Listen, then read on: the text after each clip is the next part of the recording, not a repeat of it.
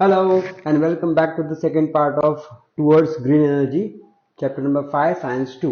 Okay, तो अभी तक हमने देखा था कि हम लोग कैसे पावर जनरेट करते हैं, इलेक्ट्रिसिटी जनरेट करते हैं। उसके डिफरेंट डिफरेंट सोर्सेज होते हैं। एक होता है थर्मल एनर्जी, सेकेंड है न्यूक्लियर एनर्जी और थर्ड है नेचुरल गैस। और हमने ये भी देखा था कि यहाँ पर कैसे हम लोग शाफ्ट की मदद से यहाँ पे स्टीम, हाई वेलोसिटी स्टीम हम लोग यहाँ पे इंसिडेंट करते हैं और उसकी वजह से शाफ्ट रोटेट होता है, फिर एक्सेल रोटेट होता है। एक्सेल रोटेट होने की वजह से ये यहाँ का जो एक्सेल है वो रोटेट होगा, फिर मैग्नेट रोटेट होगा। ये आपका स्टेशनरी है, ये आपका मूविंग है, and then potential difference generate होकर इलेक्ट्रिसिटी जनरेट हो जाएगी।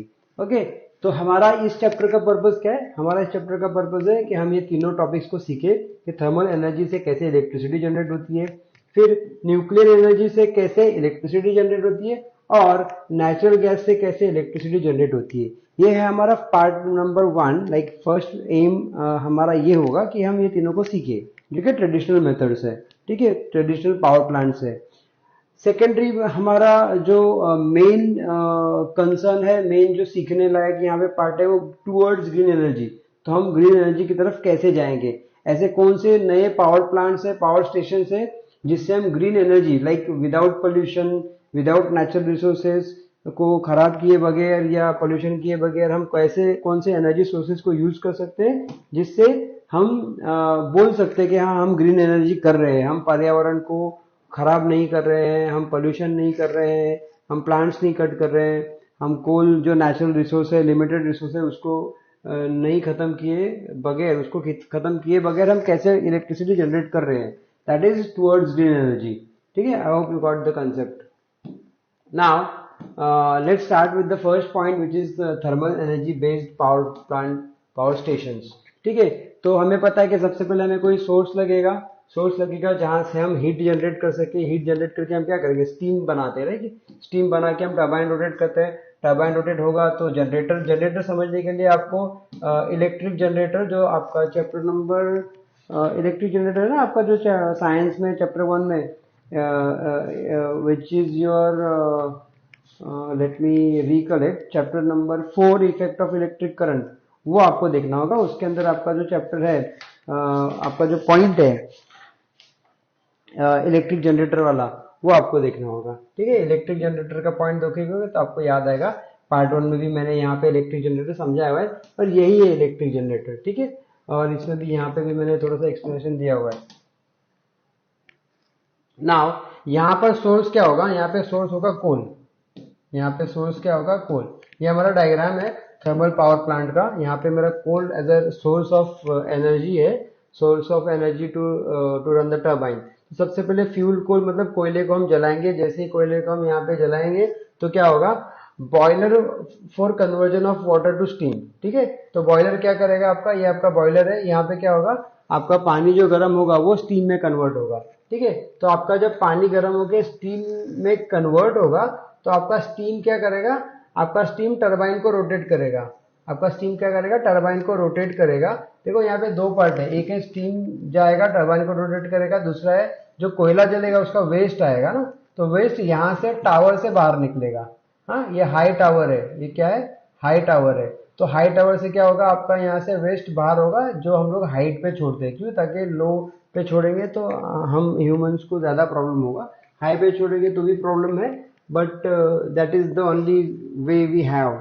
ठीक है, तो हम उसको हाइट पे छोड़ेंगे। तो यहाँ पे नीचे हमारा क्या हो रहा है, फिर से आते हैं नीचे, होगा कि यहाँ से हम स्टीम बनाएंगे, स्टीम से टरबाइन रोटेट करेंगे। जैसे ही मेरा टरबाइन रोटेट होगा तो क्या होगा, वो जनरेटर को रोटेट करेगा। ठीक है, अब जनरेटर को रोटेट करेगा तो I mean this will come to generator. जैसे ही वो जनरेटर में आएगा तो यहाँ पे ये हमारा जनरेटर का स्ट्रक्चर है, यहीं पे फॉलो होगा। जैसे कि यहाँ पे आप देखते हैं कि यहाँ पे मैग्नेटिक फील्ड जनरेट होती है, मेरा मैग्नेट रोटेट करना स्टार्ट होता है। और हमने यहाँ पर देखा था कि अगर मेरा मैग्नेट मूविंग है और कंडक्टर मेरा स्टेशनरी है तो क्या होता है, पोटेंशियल डिफरेंस जनरेट होता है। ठीक है, तो यहाँ पे भी वही होगा, पोटेंशियल डिफरेंस जनरेट होगा और इलेक्ट्रिसिटी प्रोड्यूस होगी। क्या प्रोड्यूस होगी, इलेक्ट्रिसिटी प्रोड्यूस होगी। ठीक है, ये हो गया एक पार्ट कि यहाँ पे फ्यूल कोल जल रहा है, पानी का स्टीम बना रहे हैं, स्टीम से शाफ्ट को रोटेट कर रहे हैं और फिर जनरेटर की मदद से हम इलेक्ट्रिसिटी जनरेट कर रहे हैं। अब लास्ट में क्या होगा, लास्ट में ये होगा कि हम जो हमारा पानी है, पानी को हम क्या करेंगे, पानी को हम यहाँ से वार्म वाटर को आगे भेजेंगे कूलिंग टावर में। कूलिंग टावर में क्या होता है, कूलिंग टावर में जो भी हमारा स्टीम होता है उसको हम कन्वर्ट करते हैं फिर से वाटर में। क्यों? Because we want to reuse the water. ठीक है, तो ये पानी क्या है वापस यहाँ पे आता है। तो हम यहाँ पे देख रहे हैं कि ये स्टीम टर्बाइन है, ये जनरेटर है, इलेक्ट्रिक एनर्जी यहाँ पे जनरेट हो रही है और फिर से यहाँ से हम क्या कर रहे हैं, उसको system for converting steam back to water, यहाँ पे क्या कर रहे हैं,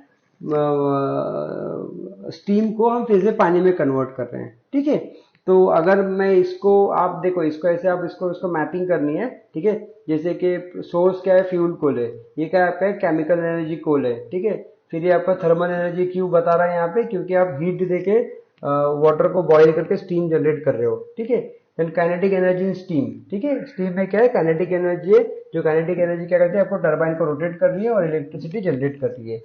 ओके, सो यहाँ पे बहुत ही अच्छी तरीके से नोट्स भी दिए हुए हैं, आप इसको रीड कर लो, मैंने आपको इजी वे में एक्सप्लेनेशन दिया हुआ है। लास्ट पॉइंट जो मैं यहाँ पे ऐड करना चाहूंगा कि कूलिंग टावर से जब पानी होके गुजरता है तो वो तो पानी में, स्टीम तो पानी में कन्वर्ट हो जाएगा, वापस से रीयूज करेंगे हम यहाँ पर, और उसका जो वेस्ट होगा, उसका जो एक्सेस हीट होगी वो यहाँ से बाहर निकलेगी, जो हमारा हॉट एयर बन के या वेपर बन के यहाँ से कूलिंग टावर से बाहर निकलता है। हाँ, ये आपका कूलिंग टावर है।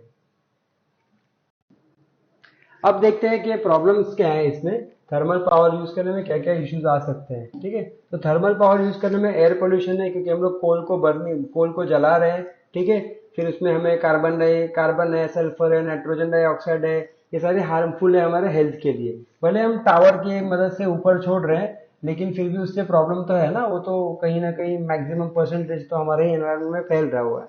ठीक है, सेकेंड प्रॉब्लम क्या है, along with gases suit particle. Suit मतलब देखो, जब हम किसी चीज को जलाते हैं, समझिए कि आपने यहाँ पे कुछ आग लगाई, जला दिए, तो फिर एक सूट आता है जो ऊपर आके ऐसे आपके दीवार पे चिपक जाता है, उसको सूट कहते हैं। तो suit particle also released, this causes serious health problems. ये बहुत ही मतलब हमारे रेस्पिरेटरी सिस्टम को ना एकदम बेकार कर देता है, बर्बाद कर देता है।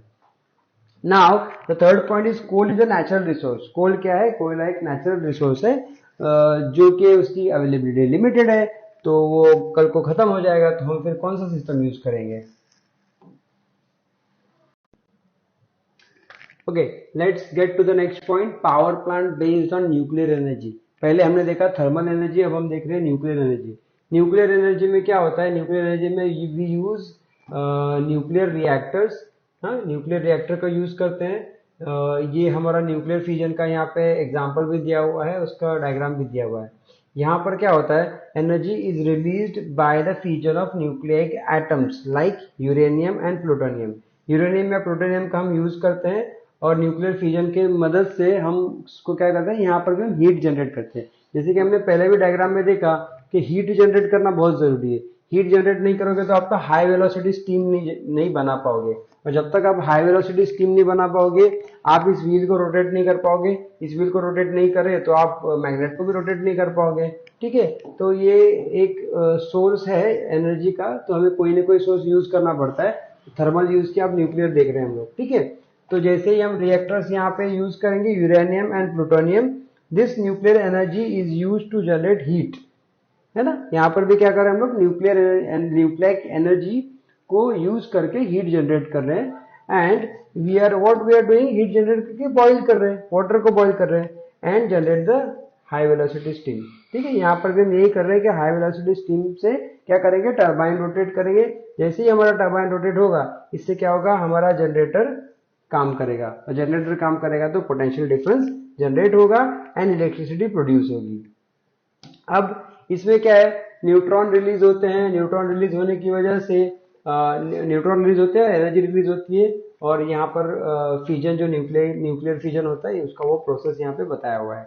ठीक है, अब इसमें क्या है कि इसमें एक प्रॉब्लम ये है कि अगर ये सफिशिएंट न्यूक्लियर फ्यूल अवेलेबल है तो ये बहुत ही अच्छा सोर्स ऑफ एनर्जी हो सकता है।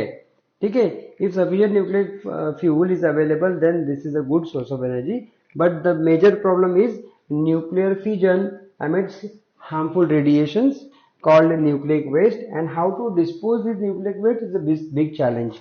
मतलब न्यूक्लिक वेस्ट को कैसे मैनेज करें, कैसे उसको डिस्पोज करें, ये बहुत बड़ा चैलेंज है। जो वेस्ट आ रहा है उसको कहाँ रखें, कैसे जमीन में गाड़े तो भी प्रॉब्लम है, आसमान में डालो तो, क्योंकि न्यूक्लियर है इतना आसान नहीं होता है। ठीक है, now second big problem is accident. मतलब जो जिस प्लांट में आप ये न्यूक्लियर फ्यूजन कर रहे हो, वहां पर अगर कभी एक्सीडेंट हो गया तो it can be very dangerous, बहुत बड़ा हादसा हो सकता है। तो ये भी हमें जैसे बहुत बड़ा चैलेंज रहा है कि हादसे की वजह से आसपास में जितने भी विलेजेस हैं या आसपास में जितने भी एरियाज है उनको प्रॉब्लम हो सकता है, प्लस जो लोग वहां पे काम कर रहे हैं उनका डेथ तो होना ही है। ठीक है, so that is another big challenge.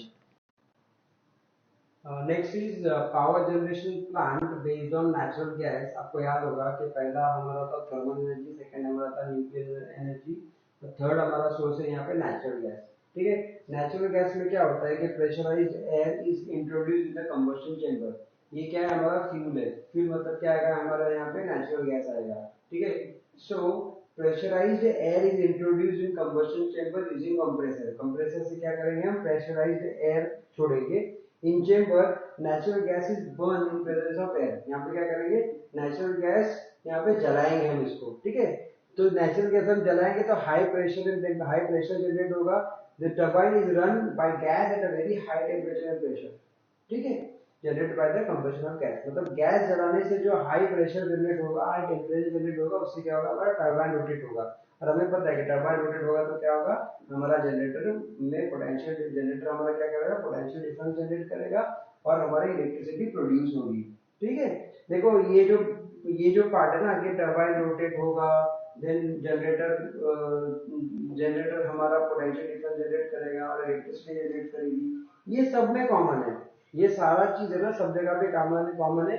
आपको सीखना है कि सोर्स ऑफ एनर्जी हमारी चेंज हो रही है और जो सोर्स ऑफ एनर्जी हम यूज कर रहे हैं उसके हिसाब से क्या हो रहा है, उसके हिसाब से हमारा प्लांट चेंज हो रहा है, जिसके वजह से हमारा पावर प्लांट क्या हो रहा है, चेंज हो रहा है। तो उसका स्ट्रक्चर हम सीख रहे हैं यहाँ पर। ठीक है, नेक्स्ट है मेरा high, okay this is now हम अभी ये पार्ट हम खत्म कर चुके हैं कि हमारा ट्रेडिशनल मेथड क्या है। अब हम आए हैं हाइड्रो इलेक्ट्रिक पावर पे। Hydro electric power plant is an example of green energy. ये एग्जांपल किस चीज का है, ये ग्रीन एनर्जी का एग्जांपल है। ठीक है, तो ग्रीन एनर्जी का एग्जांपल पे हम पहुंच गए फाइनली। नाउ हमने जो भी अभी तक यूज किया, हमने थर्मल यूज किया है, न्यूक्लियर यूज किया है, नेचुरल गैस यूज किया है। ठीक है, बट इससे क्या हो रहा है, this does not lead to pollution free and environment friendly power solution.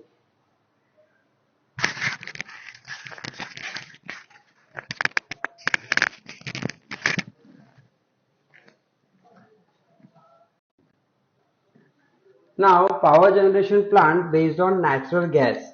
ठीक है, नेचुरल गैस में क्या होता है, pressurised air is introduced in the combustion chamber. ये हमारा फ्यूल है which is my natural gas. हाँ, यहाँ पे सोर्स क्या हो रहा है, नेचुरल गैस हो रहा है। इसको क्या करते हैं, इसको प्रेशराइज्ड नेचुरल सॉरी यहाँ पे हम क्या करते हैं, जो प्रेशराइज्ड एयर है इस कंबशन चेंबर में हम लोग इंट्रोड्यूस करते हैं। ठीक है, मतलब इसके अंदर हम लोग डालते हैं। In chamber natural gas burns in the pressure of natural gas burns in presence of air. Natural gas क्या होता है, उसको हम लोग बर्न करते हैं। तो नेचुरल गैस को जलाने से क्या होगा, high temperature and pressure generate होगा। ठीक है, तो turbine is run by the gas at very high temperature and pressure. ठीक है, और इससे क्या होगा, हमारा जो टर्बाइन है वो रोटेट होगा। टर्बाइन रोटेट होगा तो हमें पता है हमारा क्या होगा, हमारा जनरेटर भी चलेगा। जनरेटर चलेगा तो पोटेंशियल डिफरेंस जनरेट होगी और इलेक्ट्रिसिटी प्रोड्यूस होगी। याद रखना कि हमारे सारे प्रोसेस में टर्बाइन होगा, हमारे सारे प्रोसेस में जनरेटर होगा जो सेम काम करेगा, और हमारे सारे प्रोसेस में इलेक्ट्रिसिटी भी जनरेट होगी। बस जो चेंज होगा वो एक ही चीज यहाँ ये पूरे चैप्टर में चेंज हो रही है, वो है सोर्स ऑफ एनर्जी हमारी चेंज हो रही है। सोर्स ऑफ एनर्जी हमने पहले थर्मल देखी, फिर न्यूक्लियर देखी, और अब हम देख रहे हैं नेचुरल गैस। और इसके बाद में जब हम शिफ्ट करेंगे to the next session which comes to the green energy, जिसके अंदर हम ये सीखेंगे कि ग्रीन एनर्जी सॉल्यूशंस क्या क्या अवेलेबल है। ठीक है, तो हम सबको पता है कि हमने थर्मल देखा, न्यूक्लियर देखा, नेचुरल देखा, बट ये सब हमारा पोल्यूशन फ्री और एनवायरमेंटल फ्रेंडली पावर सोल्यूशन नहीं है। ठीक है, तो ऐसा क्या है, जैसे वाटर हो गया, विंड हो गया, सनलाइट हो गया, these are never ending resources है ना। पानी है, हवा है, धूप है, सनलाइट है, ये हमारे नेवर एंडिंग रिसोर्सेस है and this leads to the green energy power solution. तो ये हमें कहाँ पहुंचाते हैं, ये हमें green energy power solution provide करते हैं which do not harm our environment. तो ये हमारे एनवायरमेंट को हार्म भी नहीं करते हैं, ठीक है।